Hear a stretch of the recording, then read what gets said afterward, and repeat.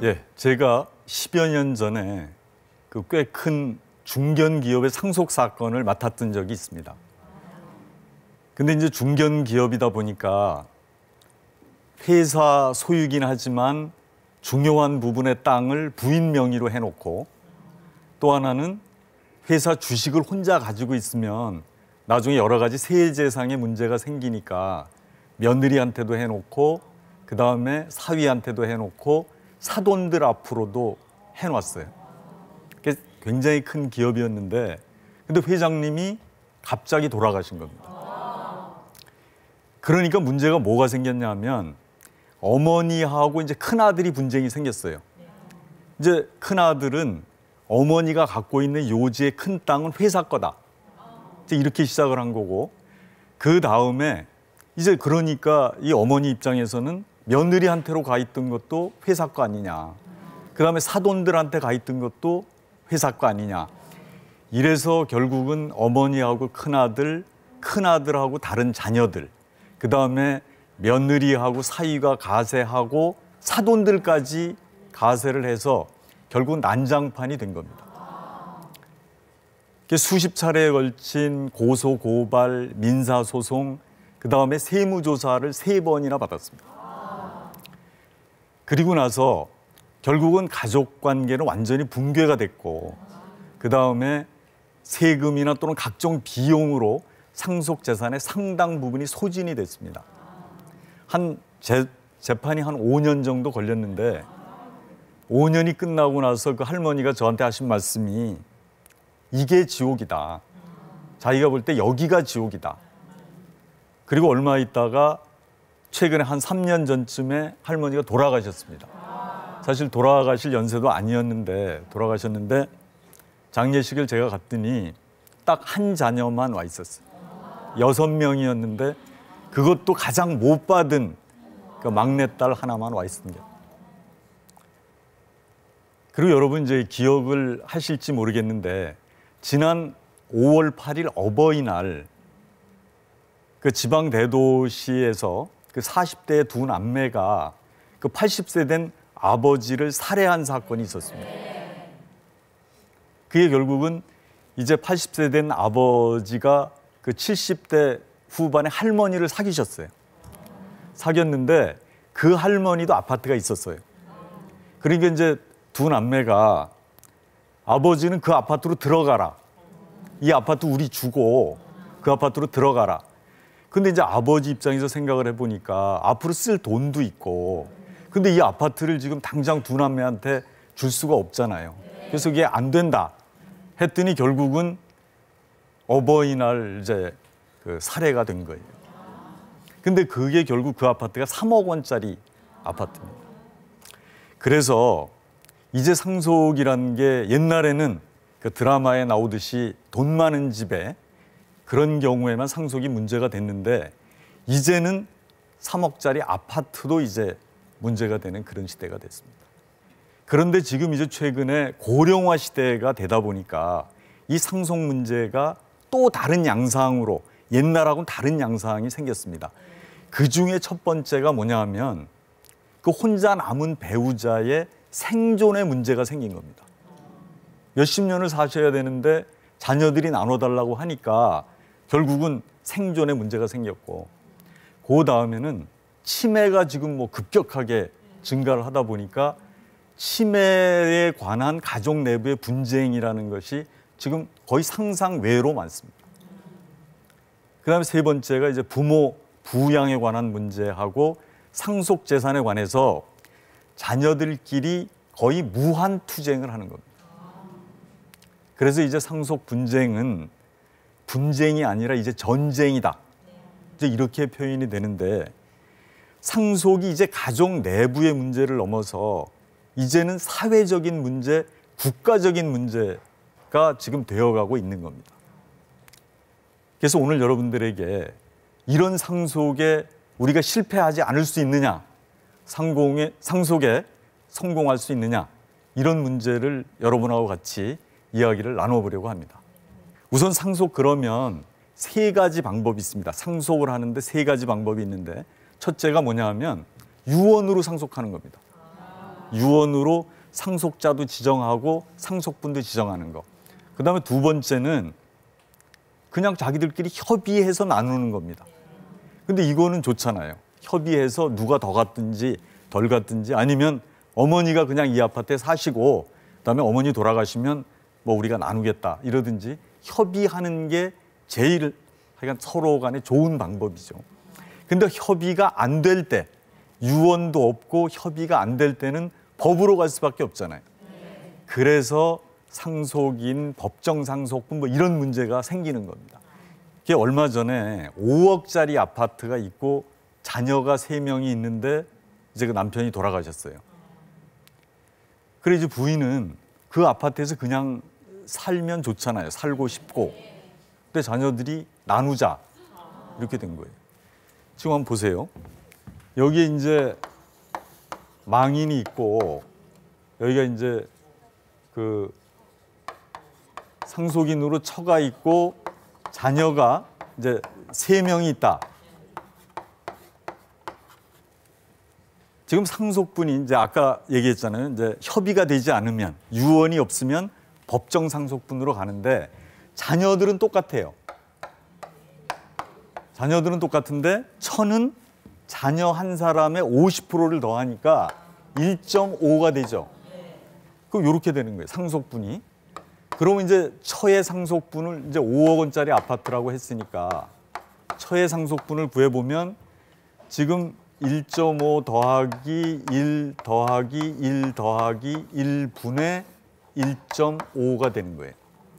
그럼 이게 지금 4.5분의 1.5가 되잖아요.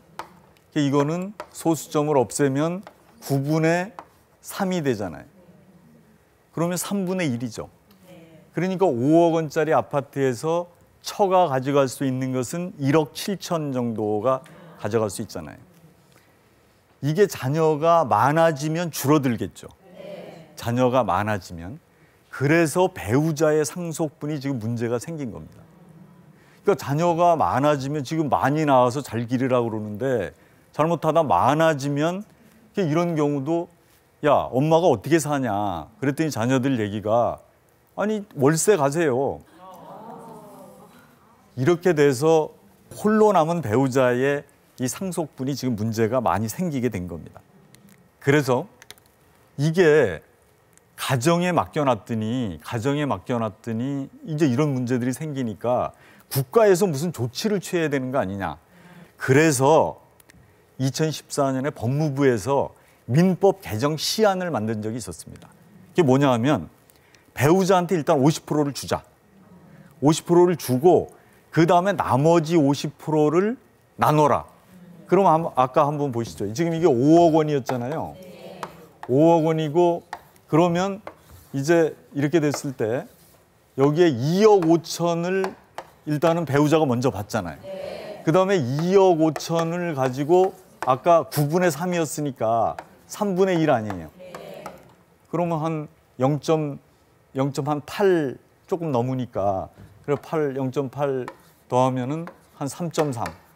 이렇게 되면 3억 3천을 받을 수 있잖아요. 이제 이렇게 시안을 만들었던 겁니다. 그리고 시안을 만들어서 각 가정에서 국가는 책임질 능력이 없으니까 가정에서 각자 책임을 좀 져달라. 근데 이게 이제 결국 입법 예고도 못하고 지금 유보가 됐는데 그게 뭐냐면 여러 기업들에서 반대를 했습니다. 이게 지배 구조가 달라진다. 그다음에 또 하나는 경영권 승계에 문제가 있다. 이제 배우자한테로 일단 그 지분이 많은 지분이 갔다가 또 배우자가 돌아가시면 다시 옮겨야 되잖아요. 이런 문제가 있다고 해서 기업들 문제 때문에 지금은 유보가 돼 있는 상태인데 그러면 이제 이 해결은 각자 해야 되는 겁니다. 우리가 해야 되는 거예요. 그래서 이제 어떻게 해결을 해야 될지를 제가 이제 이따 좀 알려드릴게요. 그리고 요즘 많아지는 게 이제 황혼재혼입니다. 이 황혼재혼일 때 또 이 배우자 몫이 또 문제가 되는데 지금 황혼재혼을 한다 그러면 자녀들이 반대합니다. 이게 반대하는 이유가 바로 아까 얘기했듯이 법정 상속분을 가져가니까.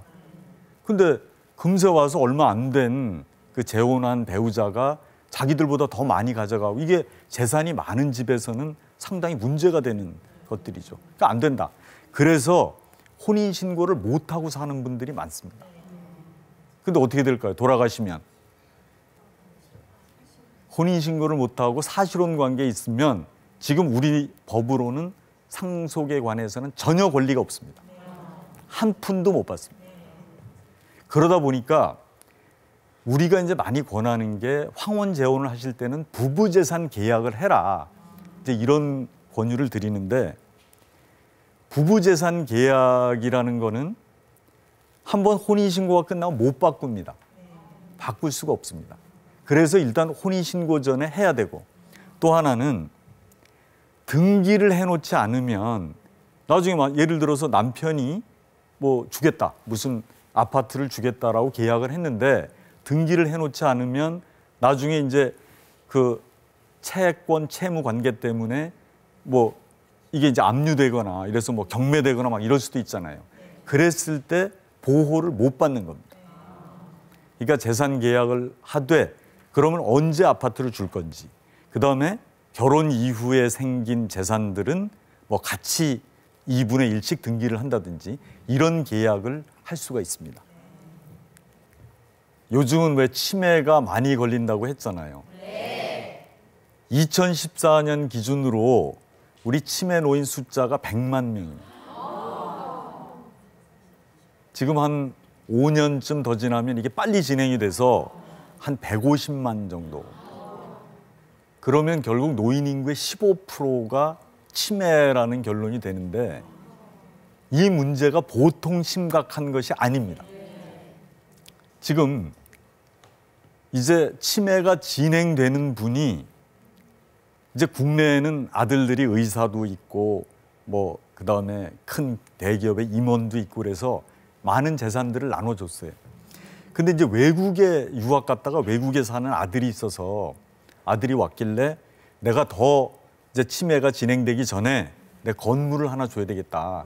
그래서 이제 아들한테, 다른 자녀들한테는 얘기를 안 하고 일단 증여 계약서를 만들어서 아들한테 넘겼습니다.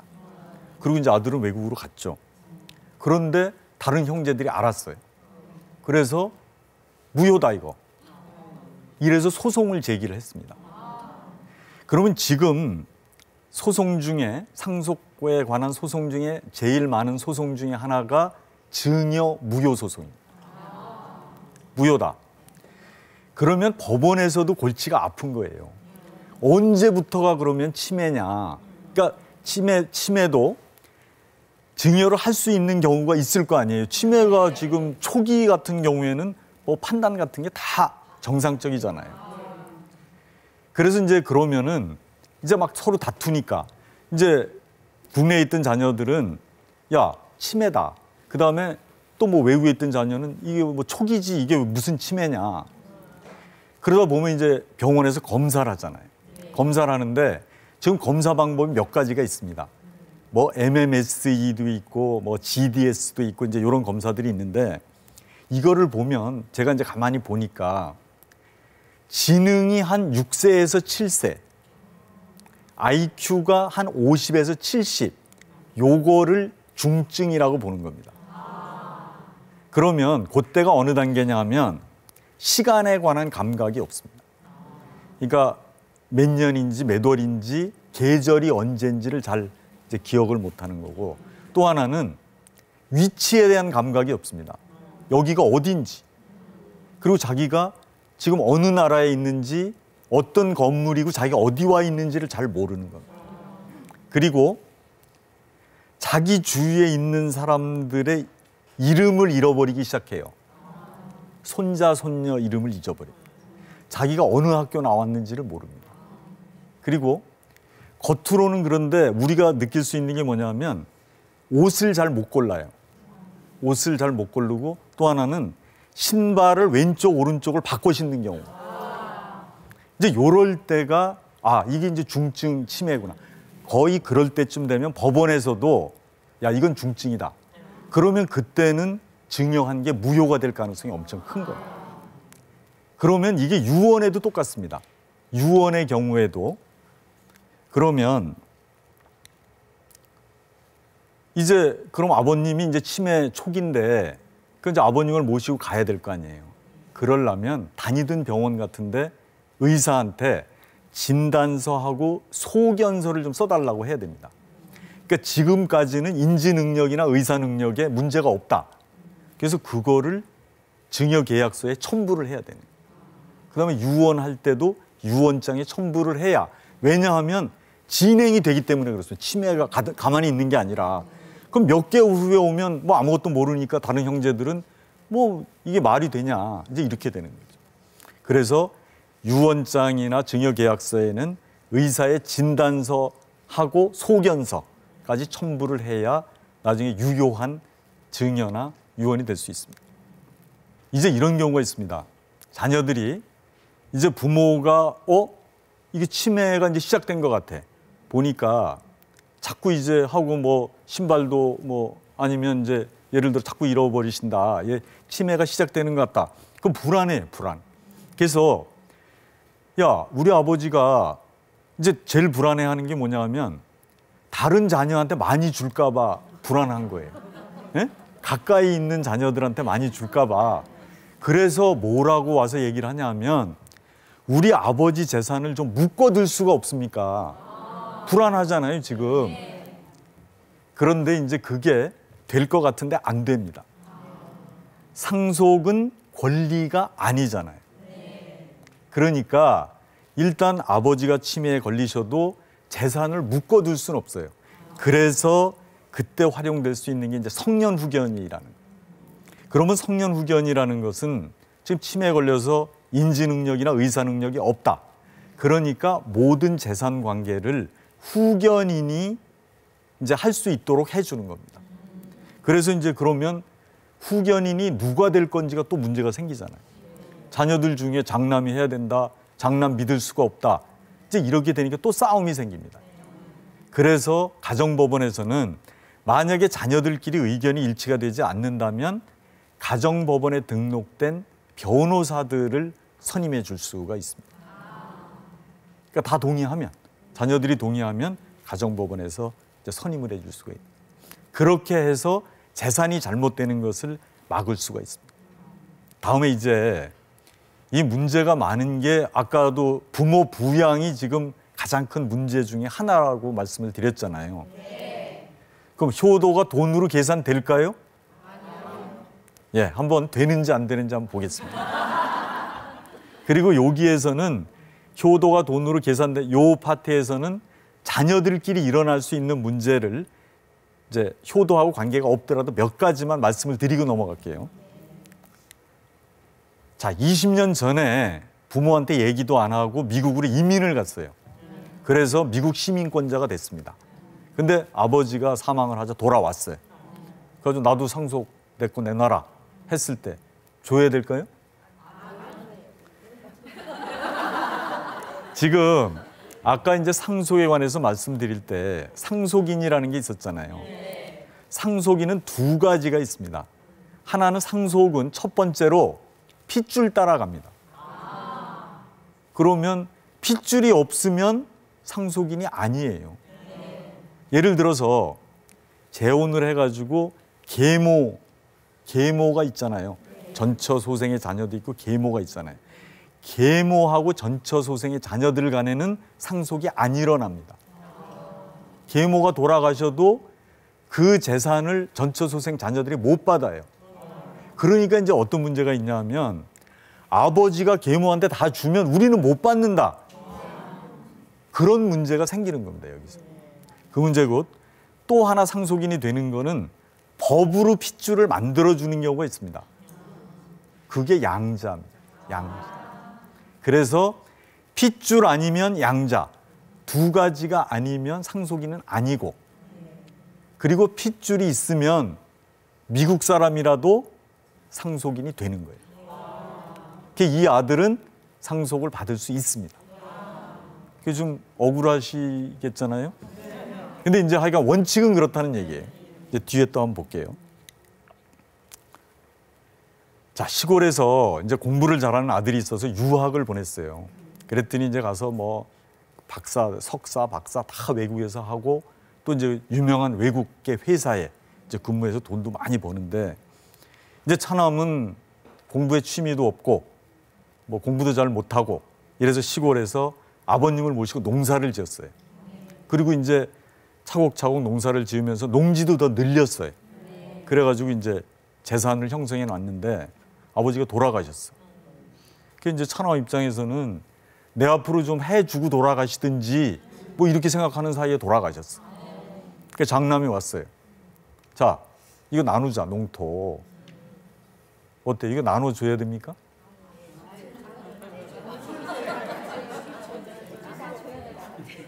자, 이게 이제 상속에서 문제가 생기는 게 그러면 생전에 먼저 증여한, 그러니까 유학을 간 장남은 유학 비용 같은 거를 먼저 줬잖아요. 그다음에 외국에서 살 때 뭐 생활비나 이런 걸 다 줬잖아요. 근데 이 차남은 그냥 시골에서 같이 먹고 살면서 하여간 특별히 돈이 들어간 게 없잖아. 그다음에 같이 일했어도 또 하나는 뭐 봉급을 주거나 이러지도 않았을 거 아니에요.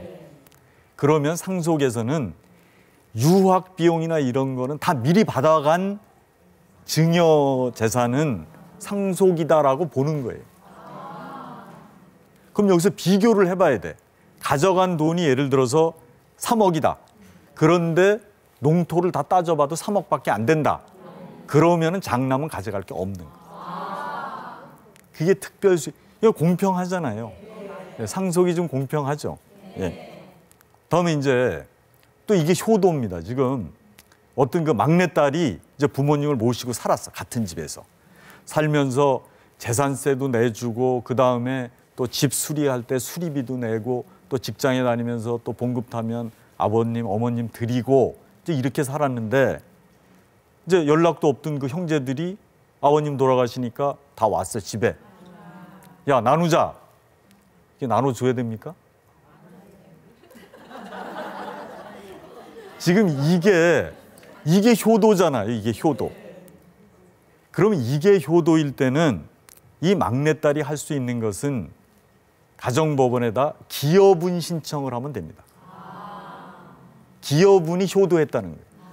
내가 효도했다. 그래서 여기는 이제 특별부양이라 그러든 특별부양, 특별히 부양을 해야 된다. 또 하나 이제 우리 법에 그다음에 뭐 재산의 증가나 유지에 기여해야 된다. 이런 말이 있어요. 그러면 특별부양이 뭐가 특별부양이냐? 그게 옛날에는 좀 엄격했습니다.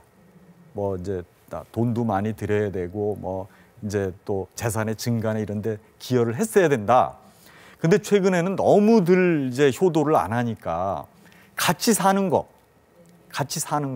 그다음에 같은 수준으로 사는 거. 무슨 말씀이냐면 부모님을 모시고 있잖아요. 그러면 외식할 때 어머님을 모시고 가는 게 같은 수준이잖아요. 여행 갈 때 어머님 모시고 가는 게 같은 수준이에요. 그렇게 살면 부양이라고 보는 거예요. 그러니까 기여분을 인정할 수 있는.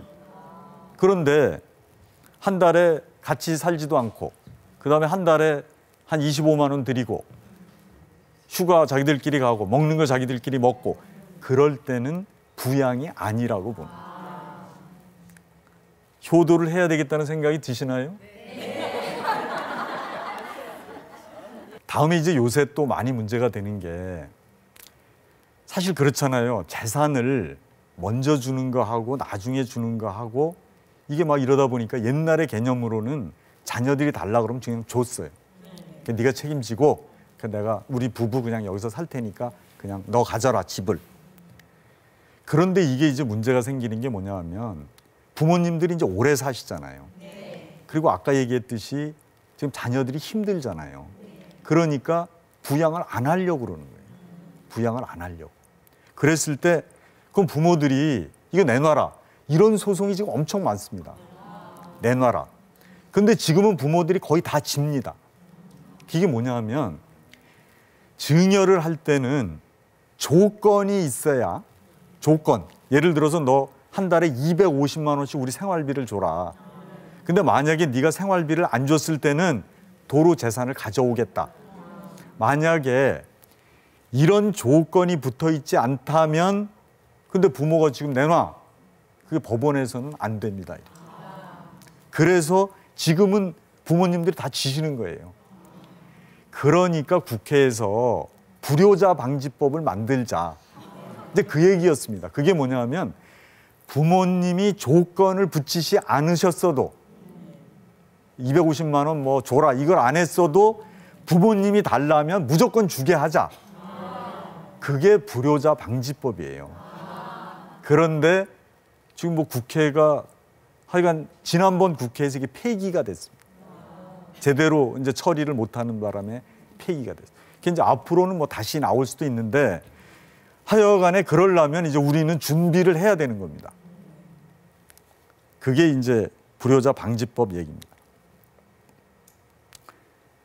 자, 이제 상속을 아까까지는 상속을 잘 받는 법이었습니다. 이제는 상속을 또 하실 수도 있잖아요.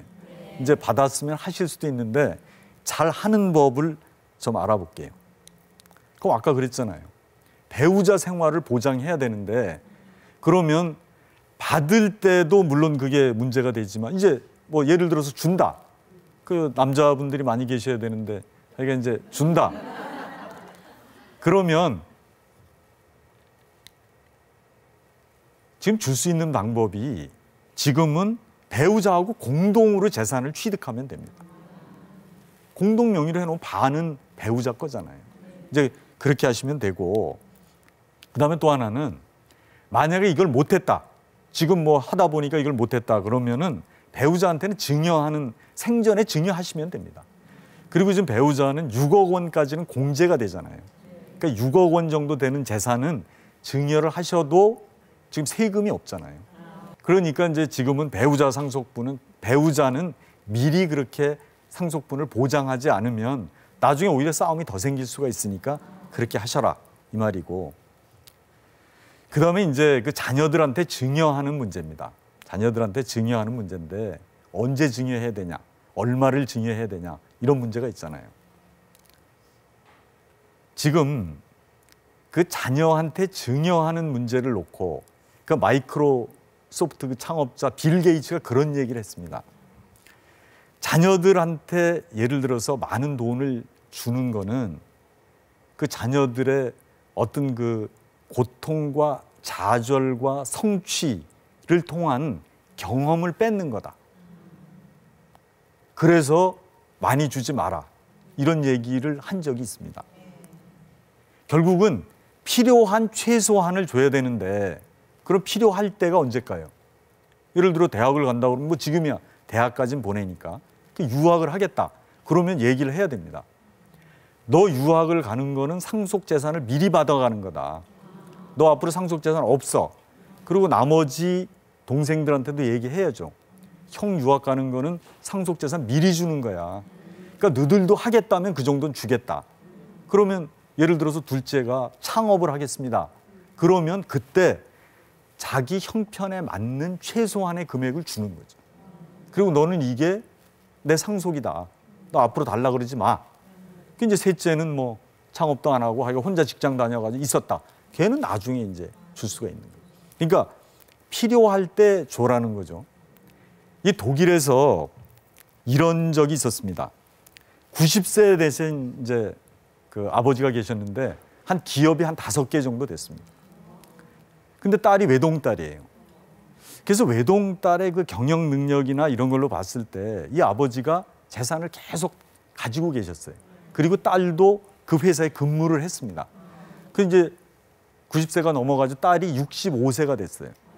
이제 불러서 야, 이제 회사 하나는 네가 맡아라. 그랬더니 딸이 아버지, 저도 이제 은퇴할 나이예요. 저 회사 안 받을래요. 그러니까 줄 때가 있는 거죠. 그게 우리가 가끔 왜 야, 재산 끝까지 갖고 있어라. 애들한테 뭐 막 이게 애들이 돈 없으면 업신여기고 그런다. 그런데 이제 문제는 과연 그게 맞는지를 모든 경우에 다 맞는 건 아니지만 한번 따져보셔야 된다 이거죠. 그래 필요할 때 최소한만 줘라. 그다음에 증여는 10년 단위로 하셔야 세금이 절약이 됩니다. 증여세가 10년에 한 번씩 계산이 됩니다. 그러니까 2010년에 줬다 그러면 2020년 요렇게, 그다음에 2000년에 줬다 그러면 2010년, 그 안에가 한 번이 공제가 되는데, 그럼 아까 얘기한 직계 비속 밑으로 내려가는 건 5천만 원까지 증여세를 안 받고, 그다음에 이제 부인한테는, 배우자한테는 6억 원까지 안 받고, 그러니까 세금도 절약할 수 있고, 또 하나는 생전 증여의 장점이 뭐냐 하면, 예를 들어서 아파트를 하나 사줬어요. 20살 때 사줬는데 아파트 가격이라는 건 오르잖아요. 그러니까 얘는 재산이 줄 때는 작았지만 세월이 10년, 20년 되면 재산이 늘어날 수가 있다는 거죠. 그 재테크하는 방법이기도 하고, 그러니까 생전 증여는 장점이 많이 있는 거죠. 그래서 이거는 10년 단위로 하셔야 된다는 거고. 그러니까 어떤 분들이 묻습니다. 아니, 증여가 유리합니까? 상속이 유리합니까? 그 이제 대답하기가 좀 그렇잖아요. 그런데 여기에서 빨리 줄 거는 증여가 유리합니다. 빨리 주는 거는. 아까 말씀드렸죠. 유리하죠. 그런데 돌아가시기 10년 전에 예를 들어서 뭐 증여를 했다. 그러면은 돌아가시기 10년 전에 증여한 거는 상속 재산으로 다 계산이 됩니다. 그리고 상속할 때 상속세를 다시 부과를 합니다. 그러니까 그러면 증여할 때 증여세를 냈을 거 아니에요. 그게 잘못, 물론 상속 계산할 때 고려해 주기는 하지만 굳이 그러실 필요는 없다는 거예요. 그러니까 늦어서는. 그러니까 예를 들어서 이게 뭐 내가 뭐 그렇게 오래 살진 못하겠다. 예를 들어 이러신다면 굳이 증여를 하실 필요는 없다는 거죠. 그리고 증여하고 상속이 다른 점이 이제 공제 문제인데, 아까 얘기했죠. 직계 비속할 때는 증여는 5천만 원만 공제가 되는데, 지금 상속은 어떻습니까? 상속은 자녀들한테는 일단 5억이 공제가 됩니다. 일괄 공제 5억. 그다음에 배우자는 무조건 5억이 공제가 됩니다. 그러니까 배우자가 있어야 공제가 되는 겁니다. 그러니까 배우자가 없으면 공제가 안 돼요. 그러면은 요즘에 자녀하고 배우자가 있고 10억 정도 재산이 된다. 상속세는 안 내셔도 되는 거예요. 그리고 이제 상속에서 제일 중요한 개념이 공평이라는 개념입니다. 지금 아마 여러분들도 상속을 받아보셨는지 모르겠지만, 옛날에 엄마 아버지가 고생하시면서 자녀들 키우고 아무것도 남겨준 게 없다. 그렇더라도 원망 안 합니다. 원망이 없잖아요. 그런데 예를 들어서 오빠만 줬다. 그거는 말이 안 되는 거죠. 말이 안 돼요. 또 여동생이 몰래 이거 엄마 아프실 때 옆에 가서 어쩌고 저쩌고 하더니 요게 무슨 예금을 혼자 다 빼갔다. 이건 못 참는 거예요. 그러니까 상속을 못 받은 자녀들은 불만이 없어요. 대신 공평하지 못하게 받은 자녀들은 불만이 끝까지 가고, 또 하나 다시 안 보는. 다시 안 보는. 그 지금 공평하게 못하면은 결국은 제사도 안 지내잖아요. 제사 지내러 안 옵니다. 자, 이제 치매가, 이제 아까는 부모님 치매를 우리가 봤잖아요. 그 이제 내가 이거 내가 치매 같다. 이게 진행되는 게 이상하다. 그 이제 병원에 가서 보니까 이건 초기 치매다. 이럴 경우에 어떻게 하시겠냐. 이제 그 문제입니다. 자, 아까는 그 성년 후견 제도라는 게 있었잖아요. 그거는 치매 걸린 사람이 신청하는 게 아니고 다른 자녀들이나 이런 사람들이 신청하는 거였잖아요. 이제는 본인이 후견인을 선택할 수가 있다는 거예요. 자, 그러면은 믿을만한, 만약에 자녀들 중에 믿을만하다 그러면 네가 후견인이 돼서 그럼 내 거 다 하고 동생들 챙겨라, 이렇게 할 수도 있고. 근데 또 하나는 이거 못 믿겠다 그러면은 이제 다른 후견인을 찾아야 되는데, 그 찾는 방법이 변호사랑 계약을 하는 방법이 있습니다. 자기가 평소에 알던 변호사, 믿을 만한 변호사를 찾아가서 내가 치매가 걸리면 내 재산은 이렇게 해달라. 그리고 계약을 하는 거예요. 계약을 하는 거고 그 다음에 등기를 하는 거예요.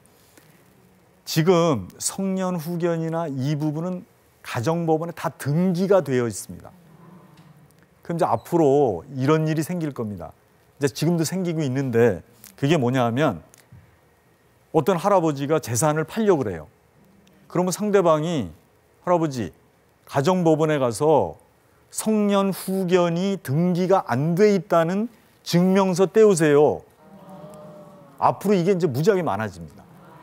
그러니까 성년후견, 한정후견 이런 거 다 등기가 되어 있습니다. 등기가. 그러면은 그 등기가 없다는 건 정상이라는 말이잖아요. 그러니까 거기에 등기 사항에 아무것도 없다. 이 증명을 떼어오라고 합니다. 앞으로는. 그래서 자기 후견인을 자기가 선정해 놓고 치매가 진행이 돼도 이제 걱정이 없는 거죠. 다음에 이제 이 신탁제도라는 것을 활용하실 줄 알아야 되는데 예를 들어서 미성년 자녀가 있어. 그리고 장애인 자녀가 있어. 그런데 다른 자녀들을 못 믿겠어. 그거 어떻게 하실래요? 이랬을 때 예를 들면 재산을 신탁회사에 맡기고 살아있을 때는 나한테 수익을 주고 내가 죽으면 얘들한테 수익을 줘라. 그리고 나중에 일정한 때가 되면 얘들한테 소유권을 넘겨달라. 이게 신탁회사한테 하는 이제 신탁제도입니다. 근데 이게 요즘에 새로 개발된 제도가 또 하나 있습니다. 그게 뭐냐면 유언 대용 신탁이라는 거예요. 그 이제 금융기관에 예를 들어서 내가 돈이 있든지 부동산이 있든지 금융기관에 가서 자, 내 거 다 맡아주고 그다음에 내가 유언을 한다.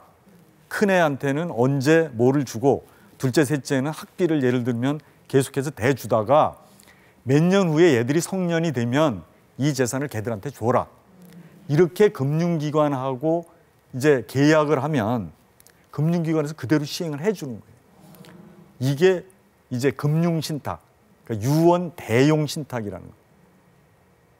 그리고 그 여러분들 그 왜 외국에서 애완동물한테 그 많은 재산을 넘겼다.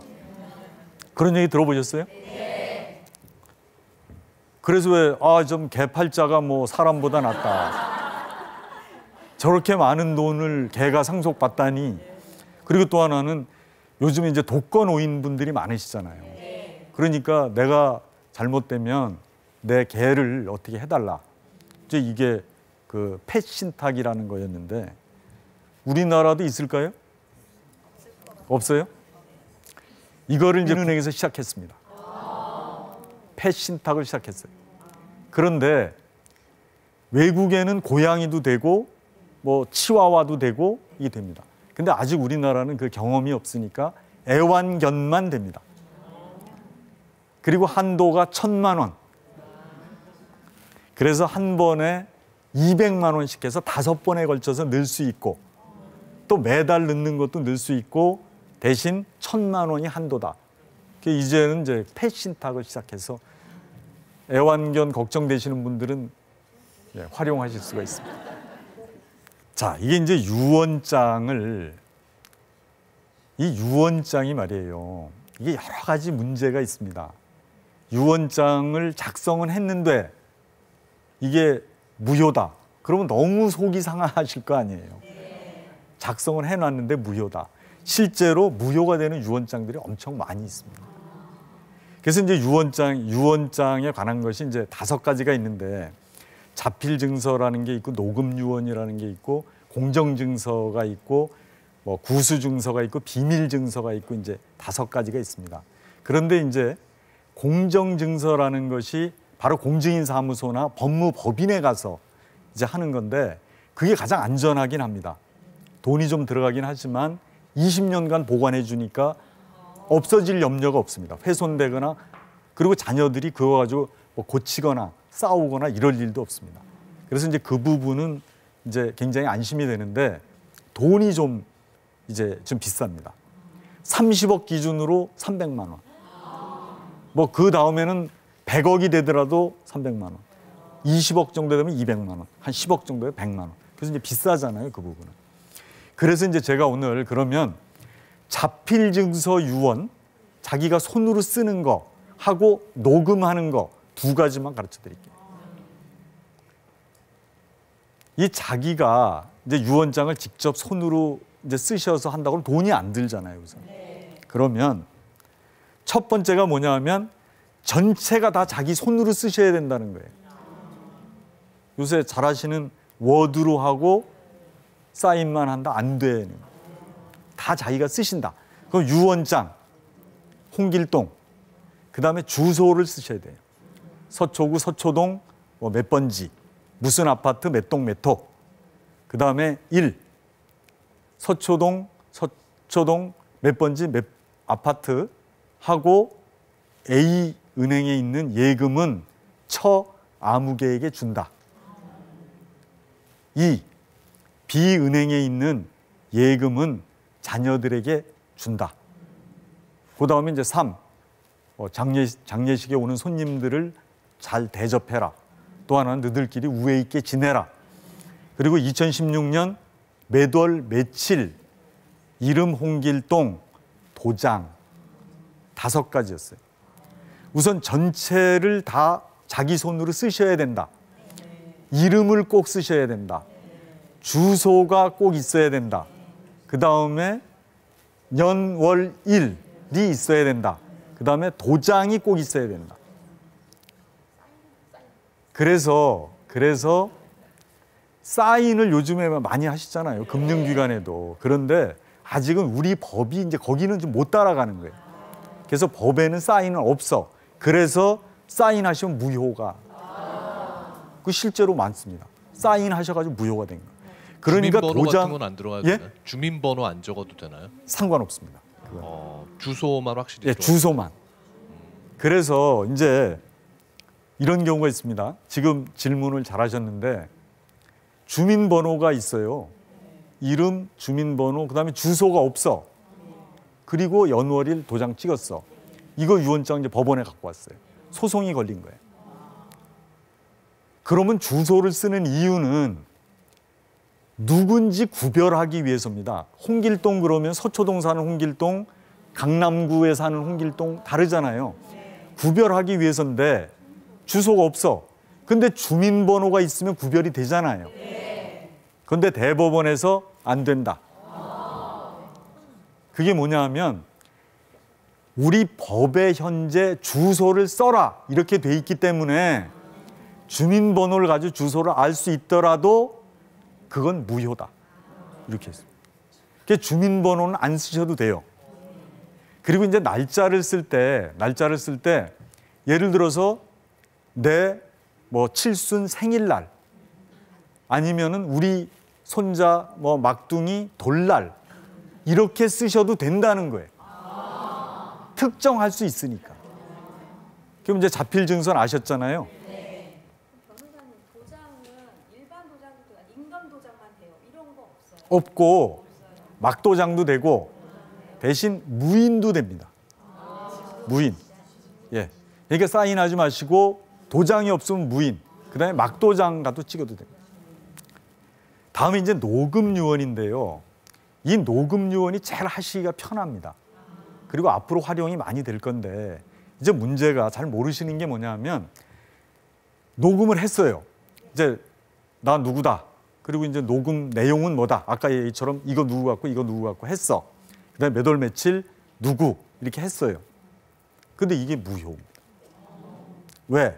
증인이 있어야 돼.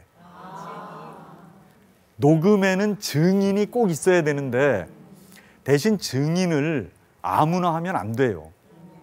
예를 들어서 유언을 할 자녀 또는 뭐 손자 아니면 배우자 이런 경우는 안 된다는 거예요. 그래서 증인도 자격이 있습니다. 그래서 이제 그걸 잘 아시고, 그러니까 유언에서 이익을 볼 사람 또는 그 가족들은 안 된다는 거예요. 그럼 이제 지금 스마트폰으로 유언할 수 있냐? 이제 앞으로는 스마트폰으로 하셔야 돼, 유언을. 스마트폰 동영상 다 할 줄 아시죠? 네. 동영상 눌러놓고 책상 앞에 놨어.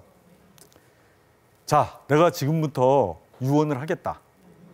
첫째, 서초동에 있는 아파트, 그 다음에 A은행에 있는 예금은 당신한테 다 준다. 그 다음에 둘째, B은행에 있는 예금은 찾아서 장례식 비용으로 써라. 그리고 오시는 손님들 잘 접대해라. 세 번째, 묘지는 만들지 마라. 화장해서 산골장에다 뿌리고 묘지는 만들지 마라. 그리고 제사도 지내지 마라. 대신 제삿날 너희들끼리 모이고 싶으면 모여서 밥 한 끼 하는 것으로 해라. 나 당신 사랑했고 당신이 있어서 나는 기쁨도 알고 사랑도 알았다. 여보 사랑해. 너희들 내 자녀라는 게 난 너무 자랑스러웠어. 너희들 정말 사랑한다. 몇 월 며칠 홍길동.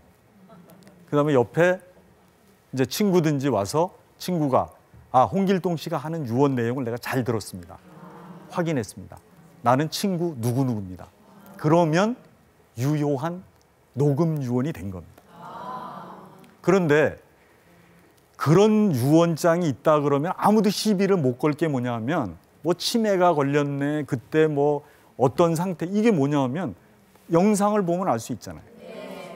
앞으로는 영상을 잘 활용하실 수가 있어야 되고, 또 하나는 영상을 이제 활용한 사례 하나만 또 말씀을 드릴게요. 어떤 분의 장례식을 갔는데 이제 장례식장을 떠나서 묘지로 가는 중에 버스를 탔어요. 근데 이제 앞에 TV가 딱 켜지더니 그분이 나타나셨어요. 여러분, 이렇게 비가 억수로 내리는데 저의 장례식에 오셔서 너무 고맙습니다. 사람들이 다 깜짝 놀란 거야. 야, 비가 오는지 어떻게 알아? 저거 뭐야? 그랬더니 이제 그분이 버전을 몇 개 만들어 놓으신 거예요. 비 오는 날, 맑은 날, 그렇게 꼼꼼하게 준비하시고, 여러분 정말 고맙습니다. 사랑합니다. 나는 너무 좋았습니다. 저는 편히 쉴게요. 이 버스를 타고 가는 분들이 이 감동이 말이에요. 감동이. 장례식을 가지만 엄숙하고 그렇기도 하지만 너무 좋았다라고 말하시는 분들이 많았어요. 활용하실 수 있잖아요. 난 또 지난번에 어떤 장례식장 갔더니 장례식장에도 이제 TV 같은 것들이 있는데 거기서 그 옛날에 그분이 활동하신 거 우리 그 결혼식장에서나 봤는데 지금 장례식장에서도 그런 걸 활용하더라고요. 그래서 여러분들은 영상을 그렇게 활용하시면 좋겠다.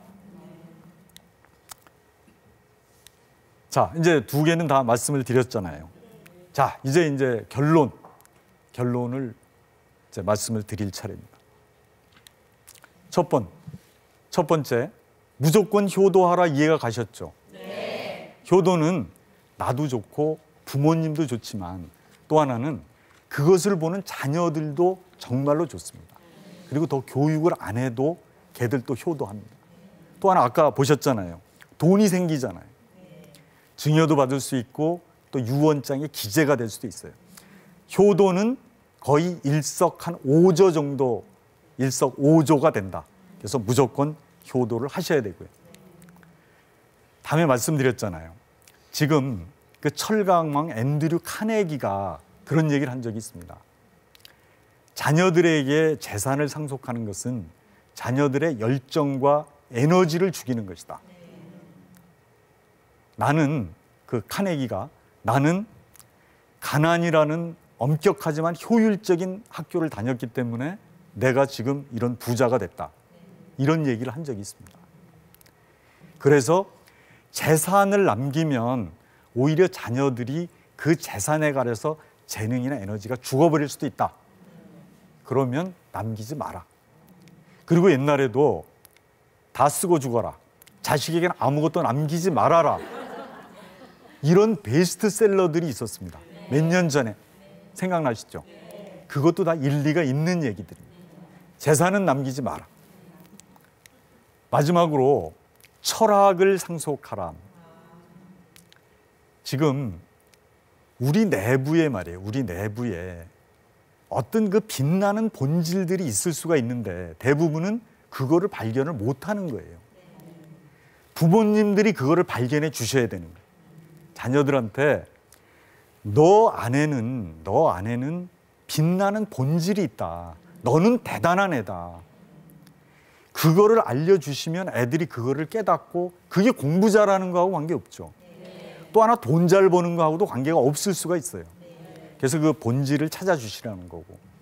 그 다음에 이제 유대인들이 말이에요. 유대인들이 아침 저녁으로 왜 교육을 시킨다 그러잖아요. 늘 교육을 시키는 내용 중에 하나가 인생의 가치라는 게 더 많이 소유하는 게 아니고 더 깊은 인격을 갖는 거다. 그 다음에 인생의 진정한 목적이라는 거는 무한한 성장이 아니라 끝없는 성숙이다. 이런 걸 가르칩니다. 그러니까 더 많이 소유하고 무한히 성장하는 게 중요한 거, 그게 그렇게 중요한 것만 아니고 깊은 인격을 갖고 성숙되는 거, 그게 더 중요할 수도 있다. 이제 이렇게 가르치는 거죠. 우리도 가르칠 게 많습니다. 우리가 성실이라든지 겸손이라든지 절제라든지 봉사라든지 우리가 세상을 살면서 느끼는 철학들을 얼마든지 상속할 수 있고요. 그 다음에 또 하나 마지막으로 자녀들한테는 내가 너희들을 얼마나 사랑하는지 아느냐. 가슴 절절한 사랑을 주는 거죠. 그 다음에 마지막으로 따뜻한 추억까지 얹어서 준다면 상속 중에서는 최고의 상속, 최고의 유산이 될 거라고 믿습니다. 도움이 되셨습니까? 네. 감사합니다. 네.